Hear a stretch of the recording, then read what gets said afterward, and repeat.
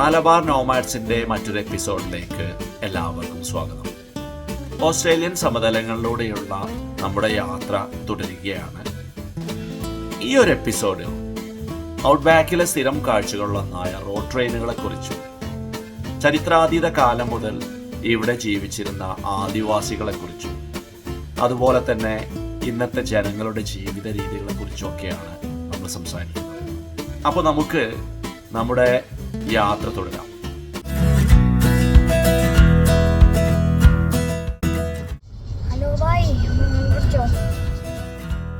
ഔട്ട്ബാക്കിൽ പലയിടത്തും നമുക്ക് മുന്നിൽ കാണുന്നത് പോലെയുള്ള ഫെറൽ ഹോഴ്സസിനെ കാണാം. ഓസ്ട്രേലിയയിൽ ഉടമസ്ഥരില്ലാത്തതും അലഞ്ഞു തിരിയുന്നതുമായ 4 ലക്ഷത്തോളം കുതിരകളുണ്ടെന്നാണ് കണക്കാക്കിയിരിക്കുന്നത്. ക്വീൻസ്ലാൻഡിലെ രണ്ടാമത്തെ ഗവർണറായിരുന്ന സർ സാമുവൽ ബ്ലാക്ക്ഹോളിന്റെ പേരിൽ നാമകരണം ചെയ്യപ്പെട്ട ഒരു ചെറു പട്ടണ പ്രദേശമാണ് ബ്ലാക്ക്ഹോൾ. ശരിക്കും ചെമ്മരിയാടിന്റെ പുറത്തു വളർന്ന ഒരു പട്ടണം എന്ന് വേണമെങ്കിൽ ബ്ലാക്ക്ഹോളിനെ വിശേഷിപ്പിക്കാം. ചെമ്മരിയാട് വളർത്തലും നൂൽ വ്യവസായം തന്നെയാണ് ഇപ്പോഴത്തെയും പ്രധാന വരുമാന മാർഗം. 70ഓളം ഹോം സ്റ്റേഡുകൾ ഈ പ്രദേശത്തിന് ചുറ്റുമായി നിലനിൽക്കുന്നുണ്ടത്രേ.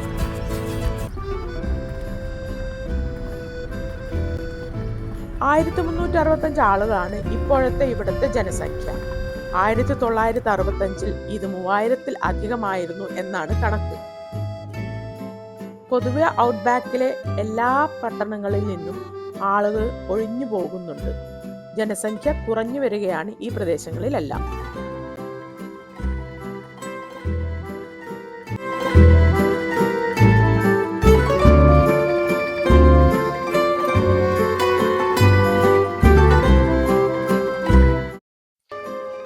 ക്വീൻസ്ലാൻഡിന്റെ ഉയർന്ന പ്രദേശങ്ങളിൽ പലയിടത്തും ബോട്ടിൽ ട്രീസ് എന്ന് വിളിക്കുന്ന ഇത്തരം വൃക്ഷങ്ങൾ കാണാം. ആദിവാസികൾ ഇതിന്റെ ഫൈബർ നെറ്റുകൾ ഉണ്ടാക്കാൻ ഉപയോഗിച്ചിരുന്നു അത്രേ.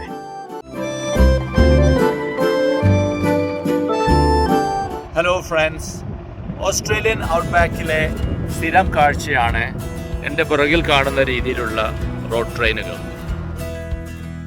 ഈ രാജ്യത്തെ ചരക്ക് നീക്കത്തിന്റെ 80% നടക്കുന്നത് ട്രക്കുകളിലാണ്. 3ഉം 4ഉം ട്രെയിലറുകൾ കൂട്ടിയോജിപ്പിച്ച് 50 മീറ്റർ വരെ നീളത്തിൽ കാണുന്ന ഇത്തരം ട്രക്കുകൾ 200 ടൺ വരെ ഭാരം കയറ്റിയാണ് ഔട്ട്ബാക്കിലൂടെ യാത്ര ചെയ്യുന്നത്. കാലികൾ, മിനറൽസ്, ഇന്ധനം, ബിൽഡിംഗ് മെറ്റീരിയൽസ്, മെഷീനറീസ് തുടങ്ങിയവയൊക്കെയാണ് പ്രധാനമായും റോഡ് ട്രെയിനുകളിൽ കയറ്റിക്കൊണ്ടുപോകുന്നത്. പെർമിറ്റ്, വാഹനത്തിന്റെ കണ്ടീഷൻസ്, വാർണിംഗ് സൈൻസ്, സഞ്ചരിക്കാവുന്ന റോഡുകൾ തുടങ്ങിയവയിലെല്ലാം കർശനമായ നിയമങ്ങളുണ്ട്. ഔട്ട്ബാക്കിലെ റോഡുകളിൽ ട്രക്കുകൾക്ക് റൈറ്റ് ഓഫ് വേ ആയതിനാൽ വീതി കുറഞ്ഞ പാതകളിലൂടെ ഇത്തരം ട്രക്കുകൾ വരുന്നത് കണ്ടാൽ ചെറുവാഹനങ്ങൾ വഴിമാറിക്കൊടുക്കണമെന്നുള്ളതാണ് ഇവിടുത്തെ നിയമം.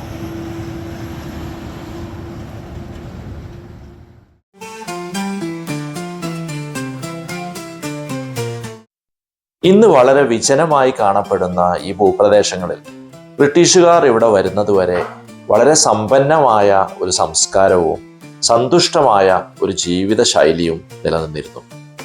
പ്രകൃതിയോട് അങ്ങേയറ്റം ഇണങ്ങി ജീവിച്ചവരായിരുന്നു ഇവിടുത്തെ ആദിവാസികൾ.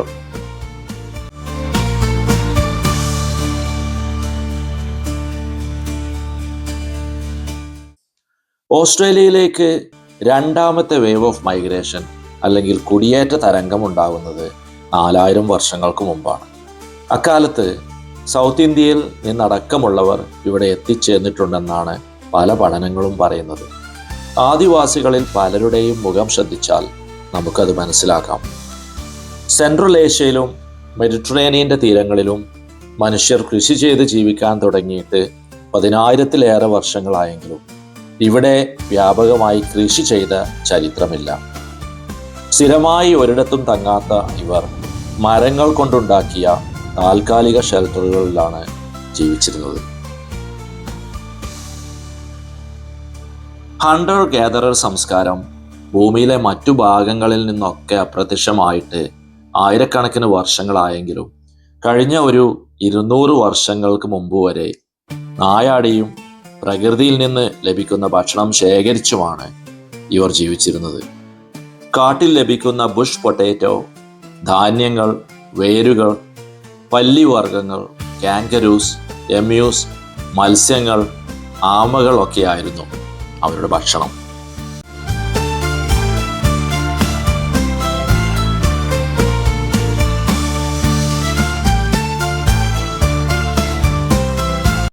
മുപ്പതിനായിരം വർഷത്തെ കലാസാംസ്കാരിക പാരമ്പര്യമുള്ള ഒരു ജനതയായിരുന്നു അവർ. ഭൂമിയിലെ ഏറ്റവും പഴക്കം ചെന്ന ആർട്ട് ഫോംസ് അവരുടേതാണ്.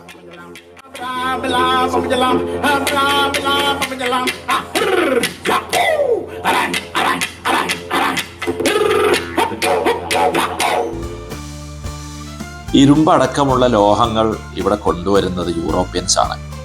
ഭൗതികതരമായ യാതൊരു നിർമ്മിതിയും ഉണ്ടായിരുന്നില്ലെങ്കിലും ശക്തമായ സാമൂഹിക നിയമങ്ങൾ നിലനിന്നിരുന്ന ചെറു രാജ്യങ്ങളിലാണ് അവർ ജീവിച്ചത്. ഭൂമി അവരുടെ മേൽവിലാസമായിരുന്നു.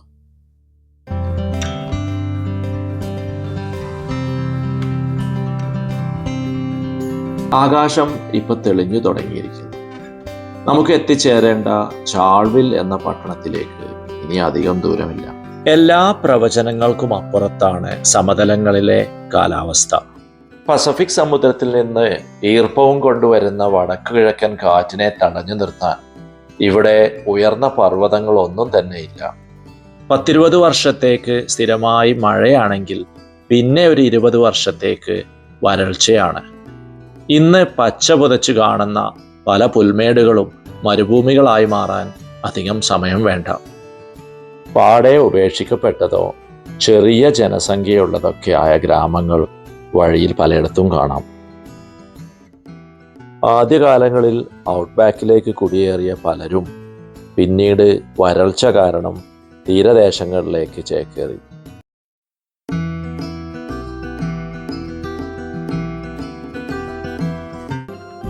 ഔട്ട്ബാക്കിൽ എവിടെ നോക്കിയാലും കാലികളുടെ ചിത്രങ്ങളും പ്രതിമകളും കാണാം. അത്രമാത്രം ഈ നാട്ടുകാരുടെ ജീവിതവുമായി ബന്ധപ്പെട്ട് കിടക്കുന്നവയാണ് പശുക്കളും കാളകളും ചെമ്മരിയാടുകളും. 19-ാം നൂറ്റാണ്ടിന്റെ പകുതിയോടെയാണ് ഔട്ട്ബാക്കിൽ കാറ്റിൽ സ്റ്റേഷൻ എന്ന് വിളിക്കുന്ന കാലി വളർത്തു കേന്ദ്രങ്ങൾക്ക് തുടക്കമാകുന്നത്. പല കാറ്റിൽ സ്റ്റേഷനുകൾക്കും നമുക്ക് ഊഹിക്കാൻ കഴിയാത്ത വലിപ്പമുണ്ട്. ലോകത്തിലെ ഏറ്റവും വലിയ കാറ്റിൽ സ്റ്റേഷനായ അന്ന ക്രീക്ക് ഓസ്ട്രേലിയയിലാണ്. 23,600 സ്ക്വയർ കിലോമീറ്റർ വിസ്തീർണമുള്ള അന്ന ക്രീക്കിന് കേരളത്തിൻ്റെ 60% വലിപ്പമുണ്ട്.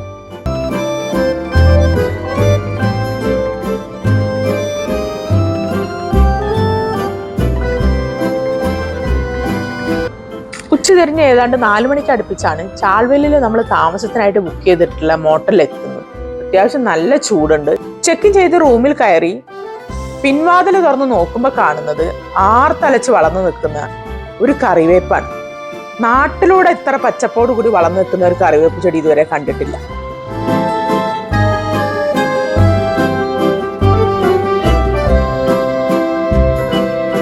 ബ്ലാക്ക് ഹോളിനെ അപേക്ഷിച്ച് കുറച്ചുകൂടി വലിയൊരു പട്ടണ പ്രദേശമാണ് 2992 ആളുകൾ വസിക്കുന്ന ചാൾവിൽ.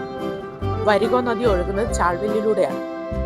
വരിഗോ നദിയിലെ ഗൗരി ക്രോസിംഗ് എന്ന കടവിന് ചുറ്റിപ്പറ്റിയായിരുന്നു ചാൾവിൽ പട്ടണം വികസിച്ചു വന്നത്. 1842 മുതൽ തന്നെ സെറ്റിലേഴ്സ് കുടിയേറിയ പ്രദേശമാണ്. ഷീപ്പ് ബെൽറ്റിന്റെ സർവീസ് സെന്റർ ആയാണ് ഈ പ്രദേശം അറിയപ്പെട്ടത്. ചാൾവില്ലിനോട് ചേർന്ന് കിടക്കുന്ന 72,000 ഏക്കറോളം വരുന്ന ഗൗരി സ്റ്റേഷൻ കന്നുകാലികൾക്ക് ആവശ്യമായ തീറ്റപ്പുല്ലുകൾ തിങ്ങി വളരുന്ന പ്രദേശമായത് ഈ പട്ടണത്തിന്റെ വളർച്ചയ്ക്ക് കാരണമായിട്ടുണ്ട്. 2ാം ലോക മഹായുദ്ധകാലത്ത് ചാൾവിൽ എയർഫീൽഡ് US ബോംബേഴ്സിന്റെ ഒരു സ്റ്റോറേജ് ആൻഡ് മെയിൻ്റനൻസ് ഫെസിലിറ്റി ആയിരുന്നു. ചാൾവിൽ റെയിൽവേ സ്റ്റേഷൻ നിർമ്മിക്കപ്പെട്ടത് 1888-ലാണ്. ഹെറിറ്റേജ് ലിസ്റ്റിലുള്ള ഈ റെയിൽവേ സ്റ്റേഷൻ ഇപ്പോഴും പാസഞ്ചർ റെയിൽവേ സ്റ്റേഷനായിട്ട് പ്രവർത്തിക്കുന്നുണ്ട്. നമ്മൾ മെൽബൺ വിട്ട് ഈ യാത്ര തുടങ്ങിയിട്ട് ഇന്നേക്ക് 17 ദിവസമായി.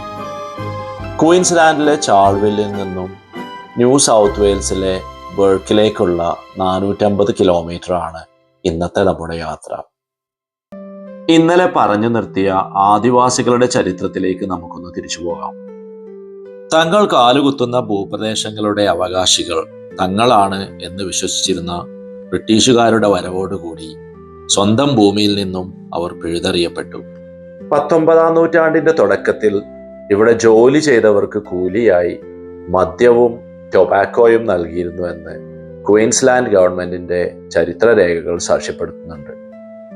മദ്യം ഒരിക്കലും ഒരു ജീവിത രീതിയുടെ ഭാഗമല്ലാതിരുന്ന ആദിവാസി സമൂഹങ്ങൾക്കിടയിൽ പലരും വളരെ പെട്ടെന്ന് യൂറോപ്യൻസ് കൊണ്ടുവന്ന മദ്യത്തിന് അടിമകളായി. ആദിവാസി സമൂഹങ്ങൾക്കിടയിൽ മദ്യം ഇന്നും ഒരു സാമൂഹിക വിപത്തായി തുടരുകയാണ്.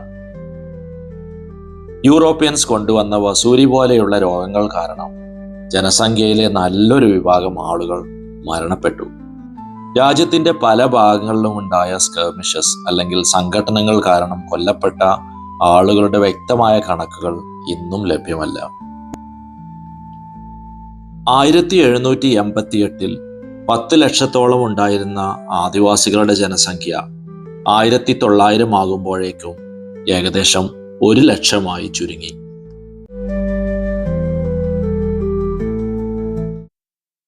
മഴക്കാലമായാൽ പല റോഡുകളും സഞ്ചാരയോഗ്യമല്ലാതാകും. റോഡ് കണ്ടീഷൻ സൂചിപ്പിക്കുന്ന ബോർഡുകൾ പലയിടത്തും കണ്ടു. 100 കിലോമീറ്ററിൻ്റെ ഒക്കെ ഇടവേളകളിൽ കാരവൻ പാർക്കും മോട്ടലും പെട്രോൾ പമ്പും പോസ്റ്റ് ഓഫീസൊക്കെയായി ചെറിയ ഗ്രാമങ്ങൾ കാണാം.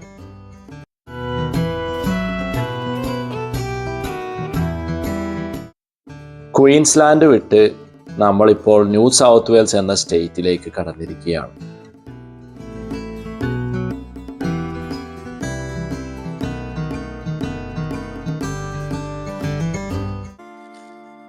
വൈകിട്ട് 6 മണിയായിരിക്കുന്നു ബർക്കിൽ എത്തിച്ചേരുമ്പോൾ. അപ്പോഴും ചൂട് 42 ഡിഗ്രി സെൽഷ്യസിലാണ്. ഓസ്ട്രേലിയയിലെ പ്രധാന നദികളിലൊന്നായ ഡാർലിംഗ് നദിയുടെ തീരത്താണ് ബർക്ക് നിലകൊള്ളുന്നത്. നമ്മൾ കഴിഞ്ഞ ദിവസങ്ങളിൽ കടന്നു പോകുന്ന ബ്ലാക്ക് കോൾ, ചാൾവിൽ ഇവിടെ നിന്നെല്ലാം വൂൾ ശേഖരിച്ച് പാഡൽ സ്ട്രീമർ ബോട്ടുകളിൽ കയറ്റിക്കൊണ്ടുപോയിരുന്നത് ബർക്കിൽ കൊണ്ടുവന്നിട്ടായിരുന്നു. 19-ാം നൂറ്റാണ്ടിലെ ഒരു പ്രധാന നദീ തുറമുഖമായിരുന്നു ബർക്ക്.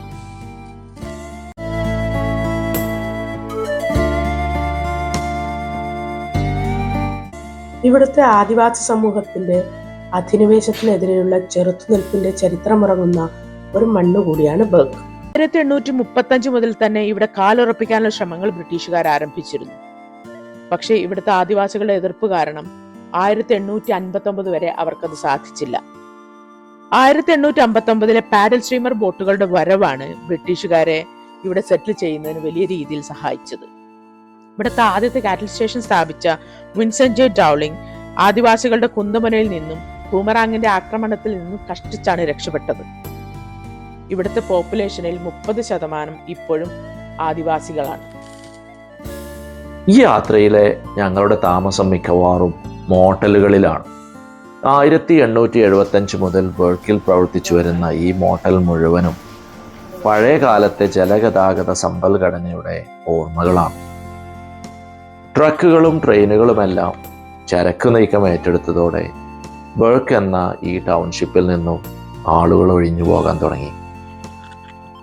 ഇതിലൂടെ കടന്നു പോകുന്ന ടൂറിസ്റ്റുകൾ മാത്രമാണ് ഇപ്പോൾ ഇവിടെ എത്തുന്ന താമസക്കാർ.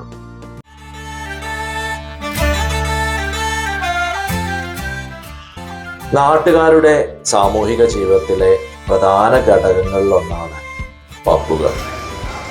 വീക്കെൻഡിലെ ഒത്തുകൂടലുകളും മരണാനന്തര ചടങ്ങുകളും വെഡ്ഡിംഗ് റിസപ്ഷനുകളും ബർത്ത്ഡേ പാർട്ടികളും എല്ലാം നടക്കുന്നത് ഇവിടെ പബ്ബുകളിലാണ്. സ്ത്രീ പുരുഷ വ്യത്യാസമില്ലാതെ എല്ലാവരും ഒത്തുകൂടുന്ന ഇടങ്ങളാണ് ഇവിടെ പബ്ബുകൾ. പ്രിയപ്പെട്ടവരെ, ഓസ്ട്രേലിയൻ ഔട്ട്ബാക്കിലൂടെയുള്ള നമ്മുടെ യാത്ര തുടരുകയാണ്.